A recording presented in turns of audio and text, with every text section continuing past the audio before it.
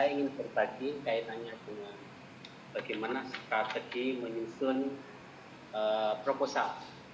Ini berdasarkan pengalaman saya. Sebelumnya akan saya share screen dulu Bapak Ibu.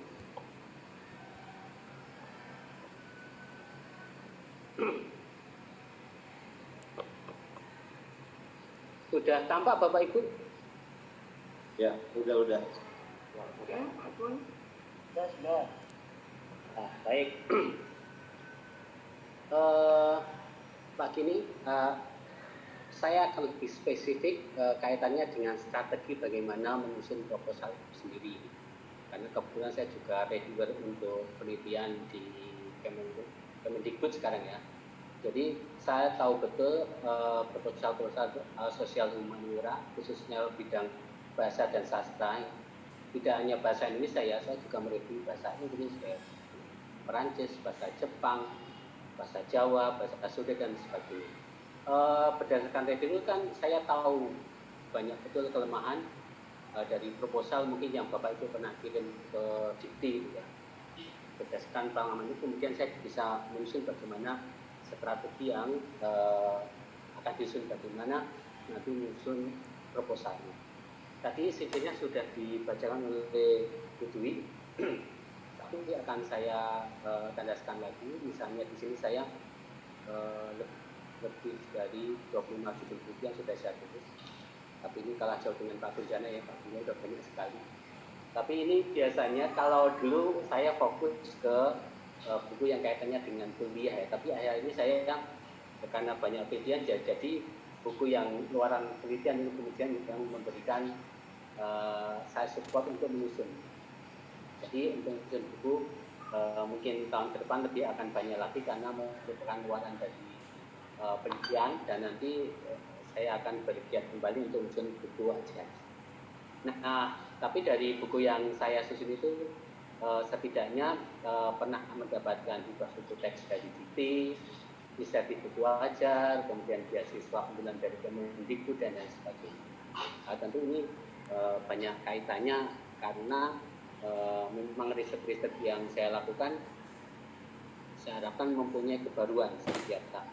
Nanti akan saya ceritakan kebaruan setiap kali saya menyusun penelitian. Saya juga aktif menulis jurnal di nasional maupun internasional. Saat ini saya mempunyai dokumen Scopus sebanyak 81, H-index-nya 6. Kalau Google Scholar saya 3.602, H-index-nya 30. Kemudian aktif di asosiasi profesi juga di adopsi. Saya anak buahnya Pak Romadi. Di IKAPROPSI juga anak buahnya Pak Romadi juga. Kemudian di Adisabda dan Kadin ini teman-teman dari bahasa dan budaya daerah. Nah kebetulan saat ini saya selaku Kaprodi S2 Pendidikan dan Bahasa Daerah, otomatis saya juga ikut asosiasi yang bernaung di bawah Adisabda dan Kadin. Kalau PBJBSIP ini ada ketuanya ini Bu Indria. Halo Bu Indria. Nah, ini membantu teman-teman untuk mempublikasikan di jurnal-jurnal kita. Kita punya asosiasi pengelola jurnal bahasa dan sastra serta pengajarannya.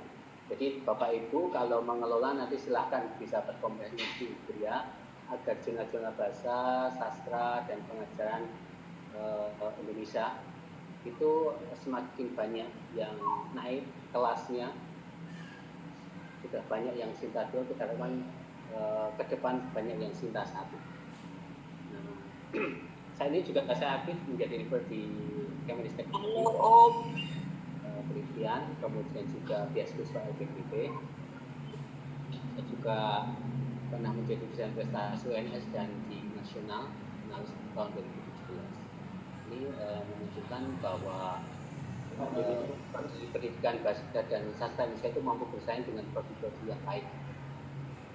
Jadi seperti Pak Romadi itu ya, prodi bahasa Indonesia ada cuma ada 2, yang satu bahasa Inggris, yang satu lagi yang lainnya. Jadi kita harus optimis.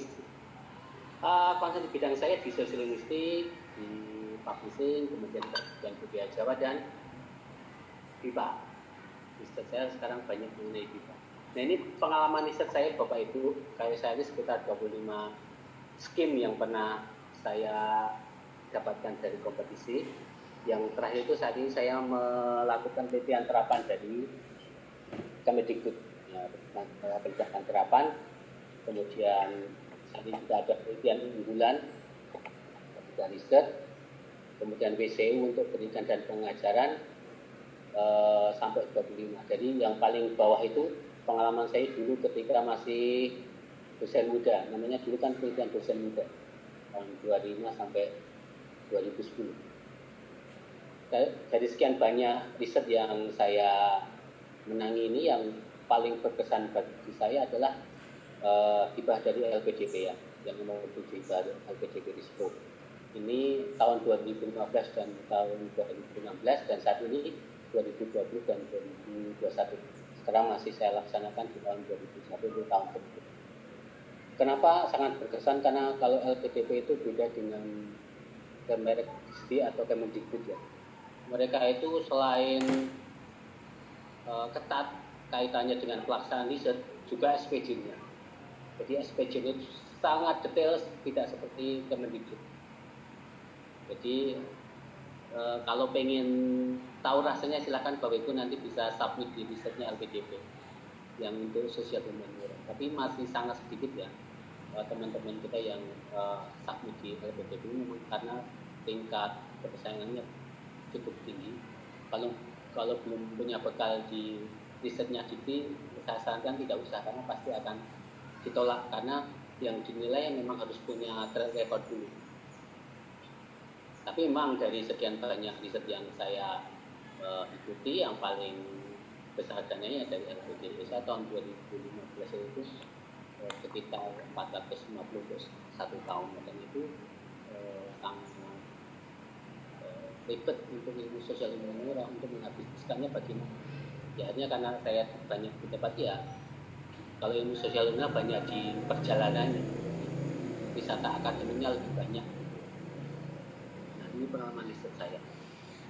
Nah kaitannya dengan bagaimana kita menyusun proposal Bapak Ibu, yang pertama saya sarankan adalah perhatikan hal-hal yang teknis. Itu banyak ya yang hal yang teknis. Apa itu yang teknis? Misalnya format proposal. Jadi tahun kemarin saya meneliti lebih dari 100 ya, yang untuk dosen muda itu sekitar 80-an. Dari 80 itu 60% lebih, hampir 75 itu tidak sesuai template. Ya kalau tidak sesuai template ya apa ya ditolak Bapak Ibu. Jadi kan sayang sekali. Hanya karena template Bapak Ibu ditolak. Dan ini saya temukan ketika saya mereview dari penelitian dosen pemula ya, PDP ya, dosen pemula itu. Jadi memang karena tidak sesuai format ya tidak mungkin lolos lah gitu. Tapi ada beberapa yang saya loloskan karena kontennya bagus, tapi di catatan revisi format, karena memang ada nanti ada untuk revisi ya, ada catatan bagi pengusul gitu. Tapi yang benar-benar mempunyai kualitas yang baik gitu ya. Kalau biasa-biasa tetap jatuh kaitannya dengan format. Dan ini sudah menjadi komitmen bersama ya. Jadi kalau tidak format ya sudah dicek. Gitu. Jadi hati-hati. Kalau kaitannya dengan format nanti akan saya beritahu di akhir nanti bagaimana pengisiannya dan sebagainya. Karena banyak yang gugur risetnya gara-gara apa? Gara-gara format, gara-gara template tidak sesuai ya. Kemudian yang kedua juga syarat-syarat proposalnya. Kita harus lihat dulu, misalnya untuk penelitian terapan atau dasar itu syaratnya apa. Misalnya harus doktor, harus S2 tapi lektor telah boleh gitu. Jadi kalau yang belum doktor atau belum lektor telah ya jangan-jangan submit di situ ya pasti tidak akan lolos. Gitu. Nah kemudian harus ada mitra, ini tidak perlu mitra, itu harus diperhatikan. Jadi syarat-syarat itu harus dipenuhi karena itu menjadi dasar proposal kita akan lolos atau tidak. Kemudian silakan pilih topik yang sedang in atau populer gitu ya. Kalau sekarang ya KMNDK gitu ya, jadi kampus Merdeka Belajar gitu ya. Jadi ini yang menjadi apa ya, isu yang strategis juga gitu. Yang kedua juga kalau di ranah pendidikan misalnya pada masa pandemi seperti apa itu juga sedang ingin gitu ya. Jadi hal-hal yang seperti ini yang kita tulis. Kalau yang tidak ini ya kita tunda dulu, kita memunculkan ide-ide yang sedang populer sedang ini. Misalnya tadi kampus mereka belajar tentang pandemi, kemudian isu juga kaitannya dengan teknologi, pembelajaran berbasis teknologi, nah itu adalah hal yang menarik. Kalau selama ini kita masih pada topik-topik yang konvensional yang biasa saja, tapi kita untuk tahun depan silakan dikaitkan dengan hal yang populer ini, misalnya sastra. Tapi sastra yang pandemi seperti apa? Kalau sastra untuk kaitannya dengan kuliah KMP gimana? Kampus Merdeka gitu ya. Nah itu yang harus diperhatikan. Kemudian penggunaan bahasa proposal. Penggunaan bahasa proposal itu saya katakan boleh sombong, boleh narsis di awal Bapak Ibu. Jadi memang kita akan memunculkan apa yang sudah kita lakukan. Jadi kalau Bapak Ibu sudah mempunyai dasar kajian sebelumnya, silakan itu dimasukkan sebagai upaya untuk masuk di awal ke riset kita. Jadi ada riset pendahuluan yang pernah kita lakukan. Jadi kita boleh di awal kaitan dengan apa yang sudah kita lakukan. Itu penting karena itu akan dilihat oleh reviewer, oh sudah pernah dilakukan. Jadi setidaknya kita sudah punya modal dulu. Jadi jangan yang benar-benar baru gitu ya Bapak Ibu. Kalau yang benar baru sebenarnya Anda sudah punya telah atau apa yang dimasukkan di awal gitu. Jadi apa yang sudah Bapak Ibu lakukan dimunculkan di awal Bapak Ibu. Nah setelah kajian awal itu ternyata saya perlu kajian lebih dalam lagi nih tentang ini. Seperti itu. Kemudian juga muncul hal yang spesifik, yang khas gitu ya. Sebagai contoh misalnya saya mengembangkan bahan ajar IPA itu, tapi spesifiknya misalnya saya basisnya tentang budaya Jawa, kemudian ditambah dengan pendekatan saintifik, itu kan sudah spesifik lagi. Jadi misalnya Bapak Ibu ingin mengembangkan buku bahasa Indonesia, ya yang seperti apa yang beda dengan yang sudah ada? Mungkin berbasis nilai-nilai kebangsaan atau berbasis religius gitu. Jadi ada sesuatu yang spesifik yang kita lakukan. Nah, itu boleh Bapak Ibu lakukan. Nah, tekniknya Bapak ini yang sering saya lakukan adalah teknik SMART. SMART itu bukan 11 Maret ya, tapi memang SMART gitu ya. Jadi ada spesifik, jadi harus spesifik saya sampaikan tadi. Ada yang khas di bidang kita, measurable artinya terukur. Oh dapat tercapai nanti di sini. Ini nanti warnanya ini jelas terukur. Kemudian accessible artinya tercapai. Jadi yang menjadi tujuan kriteria akan tercapai.